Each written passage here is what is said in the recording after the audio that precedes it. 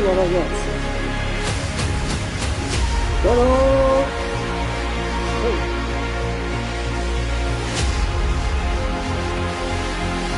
Occhio, non è che c'è chi ti distrae Batman? Per la rimozione del materiale di ringiunta, ma anche per il nostro. Ah, ecco. E la strada è ancora lunga. Andrea, io devo staccarlo.